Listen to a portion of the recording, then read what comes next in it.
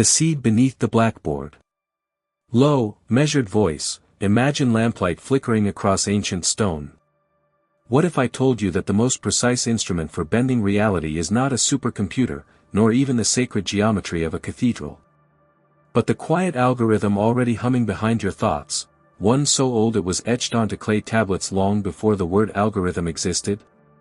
In the royal archives of Ashurbanipal, scribes recorded a cryptic exercise called the fourfold turning of the mind. Centuries later, the Buddhist master Nagarjuna refined the same pattern into what he called Pratatya Samutpada, dependent origination, while Renaissance magician Giordano Bruno concealed it in his Ars Memoriae to evade the Inquisition. Yet when we sat in modern classrooms, we were drilled on arithmetic tables and wrote diagrams, never on the elemental circuitry that these adepts claimed could pivot perception itself. Tonight, we exhume that circuitry. We will translate its ancient bones into a living routine you can run in the silence behind your eyelids, anytime, anywhere, so that confusion crystallizes into clarity, and scattered intentions converge like iron filings around a magnet. Before we map the steps, I invite you to perform a small omen. Close your right hand into a fist, then slowly unfurl each finger while mentally naming the 5 senses in reverse order: touch, taste, smell, hearing, sight. Notice how your awareness sharpens as the last finger releases. That quickening is the doorway to the algorithm. Once you feel that subtle click in the mind, pause the video, or simply breathe, and prepare, because in the next segment we will walk through phase 1, disentangling the noise, and I will show you why Albert Einstein, yes, the patent office clerk turned cosmic cartographer, used an almost identical maneuver whenever he was stuck on a problem. Are you ready to unlearn what school forgot to teach?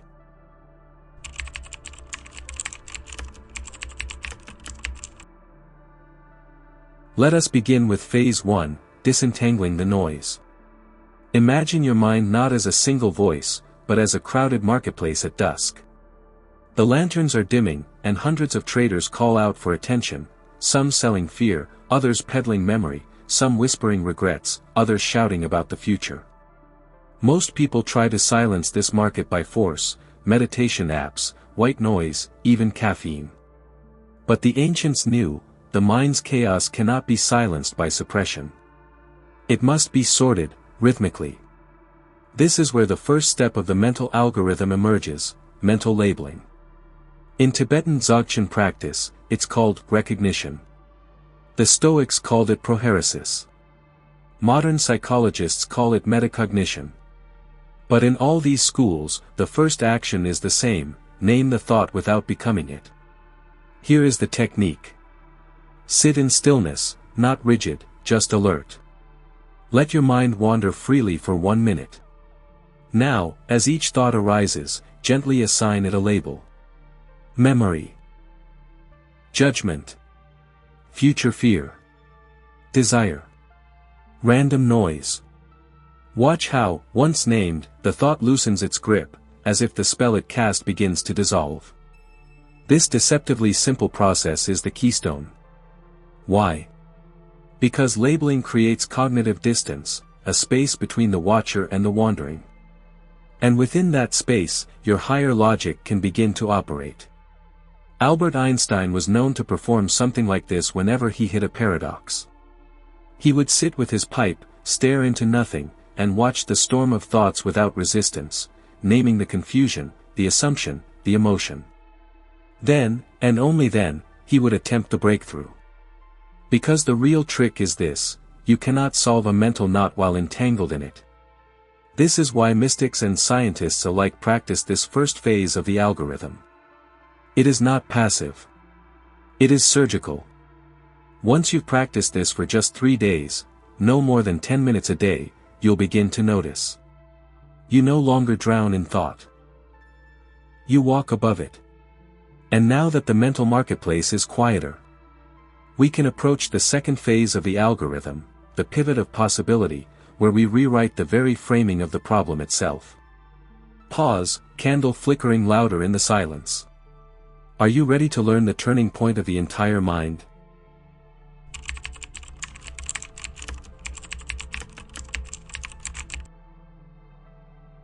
Now that you've cleared the fog of unfiltered thought, you stand at a threshold. This is where most minds stop, they simply observe, perhaps even feel calm. But the ancients did not stop at clarity, they used it as a staging ground for transformation. This is phase 2, the pivot of possibility. Here lies the mental equivalent of turning lead into gold, not through fantasy, but through a shift so subtle, most never notice it. The shift is this: how you frame a question is more powerful than the answer you seek. Consider this. A man asks, "Why does everything always go wrong for me?" The mind obeys, it scans memory, finds 10 reasons, and hands him back despair. Another man, in the same moment of crisis, asks, "What unseen lesson is trying to reach me right now?" Again, the mind obeys, but this time, it becomes a lantern, not a weight. The pivot is the mental art of recoding the lens through which the problem is viewed. It is not self-delusion, it is a deeper realism. Because reality is not made of events, it is made of meanings. And meanings can be rewritten. Here is the technique. Take a recurring thought or emotional struggle, something that loops in your mind. Write it out plainly: "I am afraid of failing. No one understands me. I can't change." Now pause. Place your attention below the words, as if looking at the roots beneath the tree. Then, reframe it, ask a question that opens space instead of closing it. What if failure is feedback? What part of me longs most to be understood? What part of me has already changed that I've not honored? The Sufi mystic Rumi once wrote, "Try to change the question, not the pain. If you are irritated by every rub, how will you be polished?" He was describing the pivot. When you master this step, you become what ancient Vedantins called a drashta, a seer. Not because you can predict the future, but because you begin to choose the filter through which reality appears. With enough practice, even suffering becomes a riddle, not a prison. And riddles can be solved. But to solve them fully, you must now move to phase 3, the geometric anchor, the part no school dares teach, where thought begins to take shape. Pause, soft echo of wind behind ancient stone walls. Are you ready to give form to the invisible?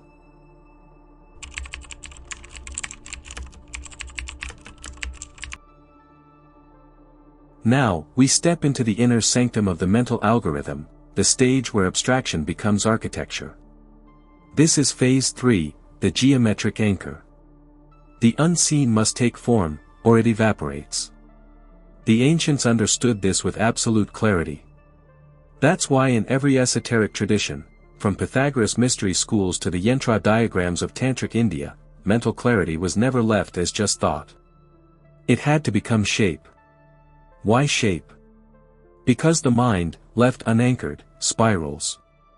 But give it symmetry, angles, proportion, and suddenly, clarity becomes stable. This is the algorithm's forgotten key, turning insight into internal structure. You've already practiced 2 steps. Disentangle the noise, mental sorting. Pivot the frame, reprogramming the lens. Now we embed the insight into your inner system through symbolic mapping. Here's the technique. Take the reframed insight from the last step.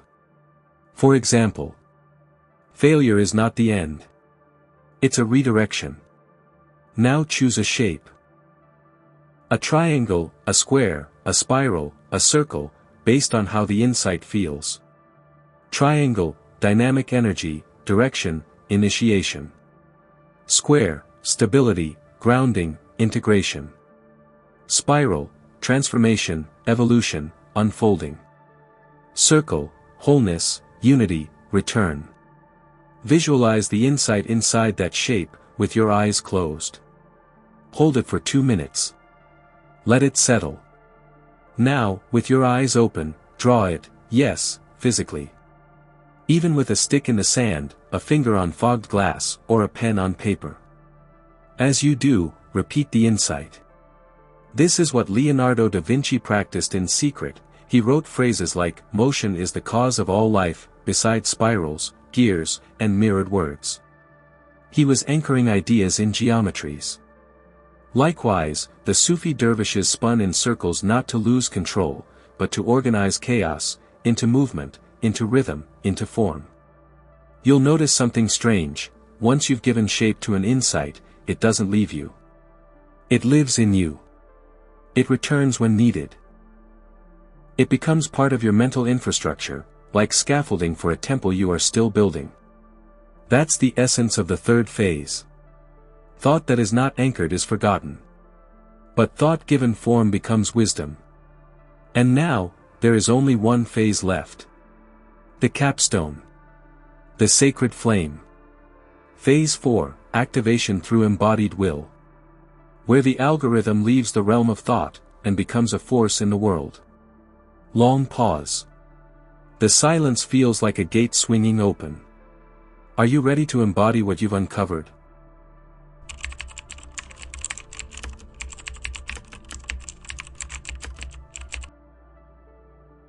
This is the final turn in the ancient algorithm. You have cleared the noise. You have pivoted perception. You have anchored the insight in sacred form.